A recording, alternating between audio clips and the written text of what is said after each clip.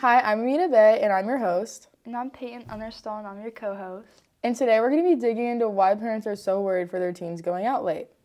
What's a main reason why you feel that parents might be more worried in recent years for their children going out late? I definitely think, especially recently, there's been a lot more violence towards gun violence, fighting, and just dangerous pranks and also drunk driving things Yeah. that teens are always involved in. And that's probably scaring the parents the most because they see these stories on the news and all of that, or the neighborhood watch of teens doing horrible things. And they're obviously going to think, well, what is my kid doing then when he's out late? Yeah, I think it instills a fear in them for their own kids. I also think that social media plays a really big part in that because it's so easy for one parent to share something to another parent of something that might have not even happened near you or even in our own country, any type of party or any type of club or anything that will give the perspective that all parties are bad, don't let your kids out. It's so easy to share those to one another. And then when parents see that, parents are going to fear for their kid because they want to keep their kids safe and everything. But sometimes I feel it might be better to maybe share it with your own kid and maybe get them to Right. realize that you have a fear of this, but then you can talk through it and your kid's gonna do it anyway, is my point. Your kid is gonna go out to parties and stuff. And I think social media kind of just instills fear in parents and makes them worry more than they were already just from stories and anything. But seeing a video of something going around at a party or seeing someone in the ER or seeing a kid that could be your kid getting hurt will probably scare you and not want to let your kid outside. Right. My mom, she usually sends me stories that she finds on Facebook or something that her friends are sharing. And she'll get worried for me and she'll be like, you need to not be doing these things. Yeah. But I think it's just the lack of trust that parents have for their kids specifically. Yeah. Because not every kid is the same. Some do make really bad decisions, but there are others who are responsible and know how to take care of themselves. Yeah. And for those of you listening, me and Peyton have been really good friends. We're best friends. And we know each other since second grade, and our moms know each other. And recently we had gone to a party. It looked like there was alcohol in the background, and our parents were really worried for us. Right. When that happened, the first thing my mom was telling me was are you guys drinking and driving? Is there a parent there? Where are you guys? Yeah. And they just immediately assumes that we were doing bad things. Because, I mean, when you think of a party, you think of all those things. And you really can never know what's going on if you're not there. Yeah. And I think it's understandable just from personal experience. I think it's understandable why parents are so worried for their children, especially our own parents and us. But at the same time, the way me personally, how I think is I mean, it's not that bad, or I want to have fun, or I want to go out with my friends. And it's just party culture in general is just it's just fun to be around. And even if and it's one of those things where it's if someone tells you not to do it, you want to do it more. And it's kind of just I'd rather have my parents or my mom tell me to be safe and have fun and stuff. But obviously if I do something wrong, it's reasonable to be punished or not be able to go out anymore. But it's just the automatic fear and the idea they already have in their heads of parties, and then they just it's an automatic no when you ask. So it's you're gonna go anyway. Right. And I think at one point parents need to realize that they were kids once too. They did these things. Obviously times are changing. Yeah. But both in good and bad ways. Yeah. Because there's definitely a lot of technology now, like Life 360. Yeah. Parents can track and they can tell how fast you're going. Find my friends on iPhone. Yeah. There's definitely a lot of things like that. I mean, there's definitely some bad things too. I think gun violence is a pretty big thing recently. There have definitely been situations where, you kind of see someone who's been drinking or doing other things and they have a weapon on them, and it just kind of ruins the whole thing. It ruins the vibe, and it's kind of just that's not it's one thing that could escalate an entire party, and then the second someone posts it, going back to social media, the second someone posts it and your parents see it or it's somewhere near you, then your parents get more scared. Or imagine you're at a party and you see that happening. Not only is it killing the vibe, but you know that it's instilling fear in everybody at that party. And it's just it really depends on the type of person you are, whether you leave, stay, all of that stuff. Right.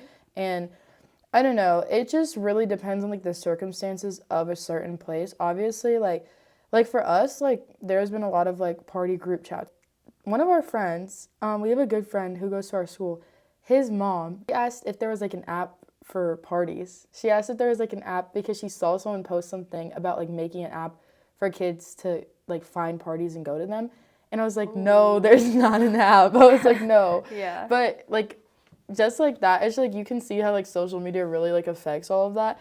And like obviously I don't think that would be a great idea because parents would be on the app and like they would know where to like Yeah. basically call the cops, call authorities, all that stuff and like take it down. But also like in the group chats that we're in, like it's just a bunch of people. It just everything can get spread so like easily. Yeah, there have definitely been times where like fake parties have Yeah. been spread, and then it kind of like, and it could even be at someone's house where they're having like just their friends over. Yeah. And then it turns to this huge thing because everyone sees it, and you don't know these people in these group chats. Some of them are a lot older than like the younger ones are. Yeah. Like there have been probably like over 18-year-olds in some Over of those group 18-year-olds, chats. sometimes over 20-year-olds in the group chat. And they also just like snap pictures of like weapons or guns or like just obviously Yeah. doing things that like you wouldn't really want to be doing at a party. But then like when you end up going, it's those same people who are in the group chat that are coming to the party. And obviously it's going to make you not want to go. Yeah.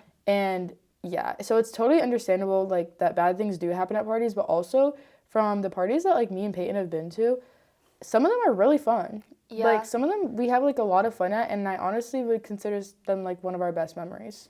Definitely. Yeah, I definitely think parties can be something that you remember for forever, but Yeah. it can also be in a good or a bad way. Yeah. But sometimes I think it just comes down to like self-awareness. You should surround yourself with people that you trust, and I Yeah. always believe, There's a lot of instances where people are like instigating for their friends to do bad things, and it's just like we would never do that to each other. there are definitely some instances where I've seen a friend group, and there's one particular friend who's like definitely not in the right state of mind, and his friends are going around being like, you should fight that guy, I wouldn't take that, or you should break that, you should do Yeah. that, instead of trying to remove him from the situation. And then it just gets to a point where more people join in, and there could be fights, there could be violence, there could be breaking of like property. Yeah, of things that aren't anyone's, they're the owners Right. of the house. And it's like when kids, especially when kids throw parties that their parents aren't home and then their parents come home, it's like things are broken and stuff. Obviously, it creates a lot of problems. And then just from that, like going back to like the parents worrying thing, that's like a good reason for parents to worry. I don't blame them, but it's kind of like you should like maybe look into like your own kid and how they are more, because like some parents will like let them throw parties. Some people will like have parents who like just don't really care what they're doing, or or if they get in trouble, their parents like don't really like take the initiative to like go and like punish them or say, yeah, no more going out. And it's like the same people who are doing like bad things at parties. Like going back to the parents wearing things, sometimes I feel like for me and you, like I feel like our parents, like it's kind of the thing where it's like you just need to know us, like know that we won't do something like Right. that. Like we won't, like we're not going to get out of control, and we wouldn't have anyone like drunk driving, under the influence, anything, and we're not doing anything to like harm other people. But obviously not every kid is going to be like that. Yeah, definitely.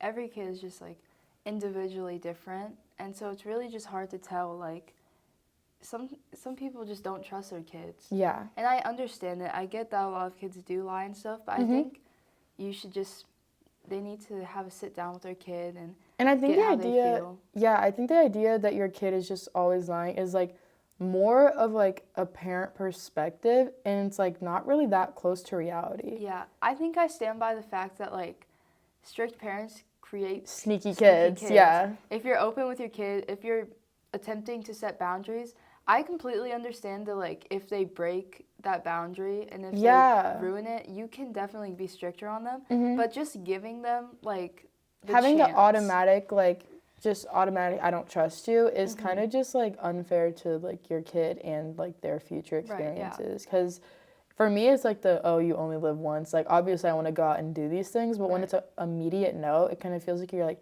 trapped inside a box. Yeah, I think my parents are a lot more willing to allow me to go out. And I think that's definitely allowed me to be more honest with them. Like, most of the time I'm not sneaking out. I'm not telling them where I am or anything. And they usually do know, and they trust me until I give them a reason not to. But I haven't. So. Yeah, so we're good. We're good. Yeah, but overall, I think that to lessen parents' worries, maybe we should take more initiative to either have talks with our parents or have our parents talk to us about going out, because obviously your kid's going to want to go out and have fun, and it is fun to, like, go outside, meet people, like, stay up late, because that's just, like, normal teenager things to do, and I don't think that's ever going to stop.